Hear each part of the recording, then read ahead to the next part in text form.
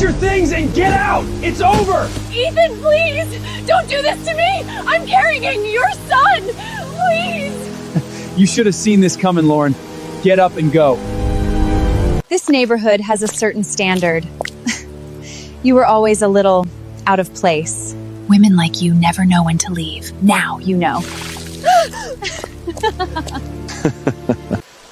Look at you, pathetic! You came into this marriage with nothing and you're leaving with nothing. That's all you ever were. Nothing! Baby, don't waste your time. She's trash. She always was.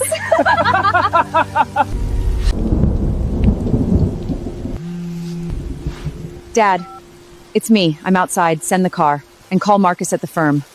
I want Ethan Calloway out of Marion tomorrow morning. Cancel the bonus, freeze the account, termination letter on his desk before 8. You don't know who my father is. But tomorrow morning, when you walk into Meridian and Des doesn't exist anymore, you'll know. And so will she. The suitcase hit the driveway before she even made it to the front door. She heard it, that hollow crack of hard-sided luggage against wet concrete, and stopped walking. The Uber hadn't even fully pulled away yet. She turned around slowly. Ethan was standing on the porch in his Patagonia vest, the one she'd bought him for his birthday 2 Christmases ago, and he was already holding the second bag. He threw it. It skidded across the driveway and stopped near her feet. The November rain in Connecticut had been falling since 3 in the morning. It wasn't dramatic movie rain. It was that cold, relentless mid-Atlantic drizzle that soaks through everything, your coat, your hair, the hollow space behind your sternum. The kind of rain that doesn't announce itself. It just arrives and stays. Lauren pressed one hand against her belly out of instinct. 6 months. She could feel the weight of it differently every week now. Ethan, her voice was very quiet. Don't. He stepped down from the porch. Don't do that thing where you say my name like I owe you something. She looked at the bags on the driveway, looked at him, looked past him at the front door, which was still open, and at the woman standing just inside the threshold, leaning against the doorframe in Lauren's robe. The white Restoration Hardware one she'd ordered from the website herself, the one with her initials monogrammed on the pocket, holding a mug of coffee and watching this with the kind of quiet satisfaction that is worse than cruelty. Cruelty has heat. This had none. Her name was Cassidy. Lauren had seen her LinkedIn. Marketing Director, Boston University, class of 2019. How long? Lauren said. Not a question exactly. Lauren, how long, Ethan? He ran a hand through his hair. 14 months. 14 months. Her son, their son, the one pressing a heel against her ribcage right now, had been conceived inside a marriage that was already over. She filed that information away somewhere behind her eyes and kept her face still. You need to go, Ethan said. I'll have the rest of your things boxed. You can send someone. I need to go. She repeated it without inflection. This is my house. My name is on the mortgage. You don't have... Ethan, honey. Cassidy's voice from the doorway, warm, patient, the voice of someone who'd been waiting a long time to use that word out loud. Just let her take what she needs and go. She knows. Lauren looked at Cassidy. Cassidy looked back at her. She knows, Cassidy said again, this time directly to Lauren, and smiled the way people smile when they're absolutely certain they've won. You always knew, didn't you? You just didn't want to admit it. Women like you never do. Women like you. Lauren had grown up in Greenwich. She'd gone to Hotchkiss on a full academic scholarship, then Duke, then 3 years at a private equity firm on Park Avenue before her father asked her to come back and learn the business properly. She had sat in rooms with senators, with fund managers, with the kind of men whose names appear in the Wall Street Journal the way weather appears, as fact, not news. She had been in those rooms and said nothing, because her father had taught her that silence was not weakness. Silence was inventory. You listen. You learn what the other person thinks they know about you. Then you decide what to do with the difference. She had never told Ethan who her father was, not because she was ashamed, because she'd wanted to know who Ethan would be when he thought she had nothing. Now she knew.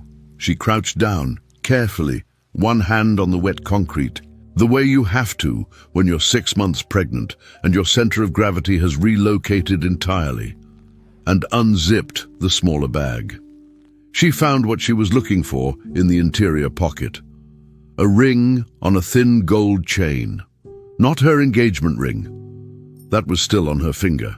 This was her mother's ring, a simple gold band that had sat in a safe deposit box at a Chase branch in Greenwich for 11 years, which Lauren had taken out the week after her mother's funeral and worn every day since, on a chain around her neck, under her shirt, where no one could see it.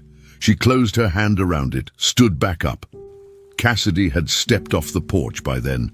She walked across the wet driveway toward Lauren with her coffee mug still in hand, and she looked Lauren up and down the way you look at something you're about to throw away, assessing, dismissive, and then she reached out and turned the mug sideways.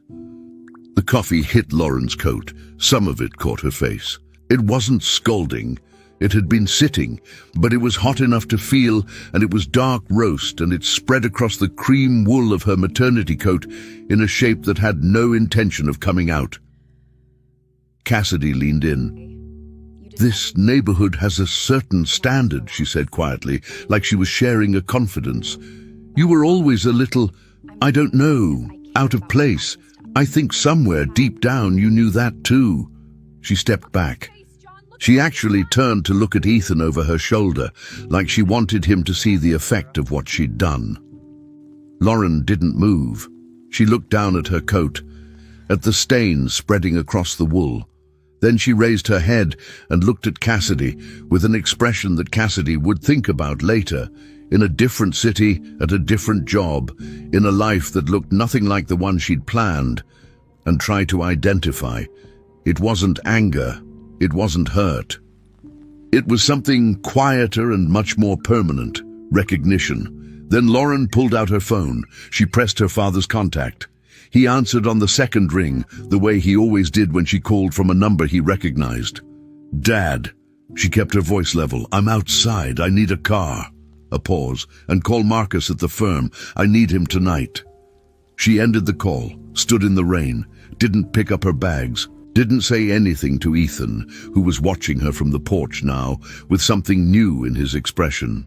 Not guilt, not yet, but the first faint shadow of uncertainty that comes when a situation stops matching the story you told yourself about it.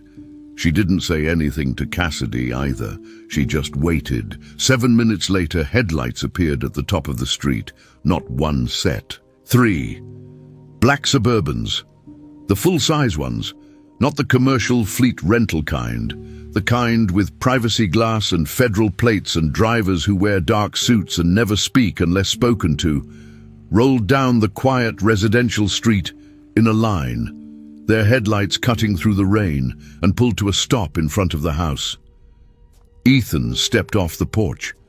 He was looking at the plates, because Ethan worked in corporate acquisitions at Meridian Capital Group, and Meridian Capital Group was a subsidiary of Bennett Holdings, and William Bennett, the William Bennett, the one whose photo hung in the lobby of every building that bore his name, the one who had appeared on the cover of Forbes 3 times, the one who had 6 weeks ago signed the paperwork that restructured Ethan's entire division, was the man now stepping out of the lead Suburban.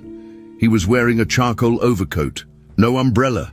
He walked across the wet driveway and stood next to Lauren, and he put his arm around her shoulders, and he looked at Ethan the way a man looks at a thing he is about to dismantle, with great patience and no particular hurry.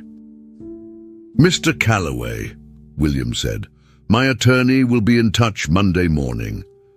He looked at the stain on Lauren's coat, at the coffee still dripping from the hem. "Actually," he said, "tonight." He walked Lauren to the Suburban, opened the door. She got in. Ethan stood in the rain. The door closed. The 3 Suburbans pulled away from the curb in sequence and disappeared around the corner. And the street went quiet, and the rain kept falling, and Cassidy was still standing in the driveway in Lauren's robe, holding an empty coffee mug, And Ethan Calloway, who had been, until approximately 9 minutes ago, a senior director of acquisitions at one of the most powerful private equity firms in the Northeast, was beginning to understand, in the slow and terrible way that certain kinds of understanding arrive, exactly what he had done.